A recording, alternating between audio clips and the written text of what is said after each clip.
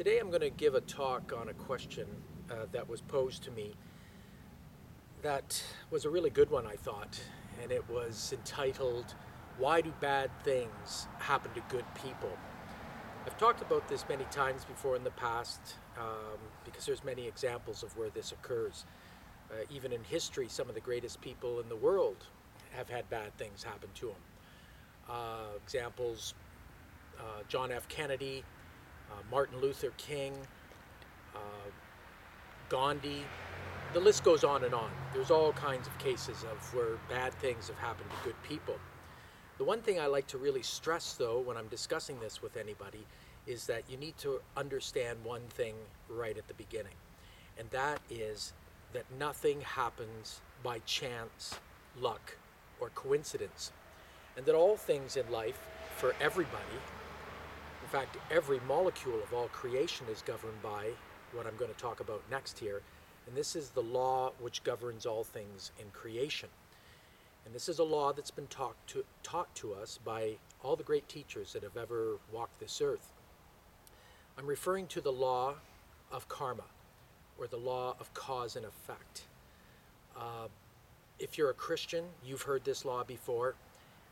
As the Master Jesus said it, you can read this in the Bible, "As you sow, so shall you reap." He didn't say, "So may you reap." He said, "So shall you reap." The Buddhists, they follow the teachings of the Lord Buddha. And he, talking to a more scientific crowd, actually stated it this way. He said, "Action and reaction is opposite and equal." Moses talked about it, eye for an eye, tooth for a tooth. It's the law of cause and effect. So basically, it governs all things, and nothing happens by chance. So, why do bad things happen to good people?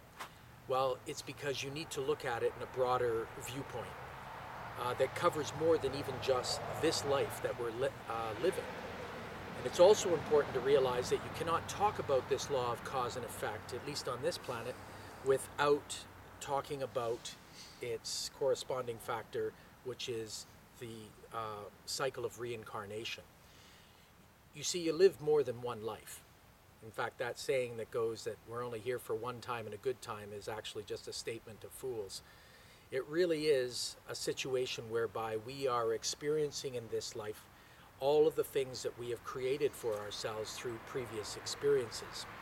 And how we react to that, or as I could put it, how we react to the karma that gets directed towards us is really determining what's going to happen to us in the future. So when you see a person who's had a great life and has done nothing but good things, but ends up having something bad happen to them, this could very well be an experience or a lesson that this individual needs to go through in order to burn off karma that was created in previous lifetimes. It's also a good way to explain why you could have a young, just born child come out with some great disease or born with no arms and legs or something. How could this person have ever done anything yet to warrant this? If you believe that that is just the just will of God that should occur, then I'd have to say that you don't believe in a very compassionate God.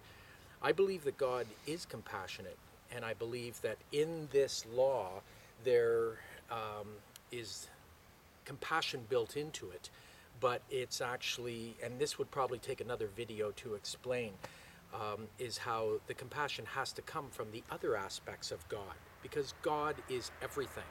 So you and I, we all have a responsibility to be our brother's keeper, and that's where compassion can come into this law. But to be absolutely fair to everything in all creation, it has to be exact, and it is. And that's why bad things sometimes happen to good people.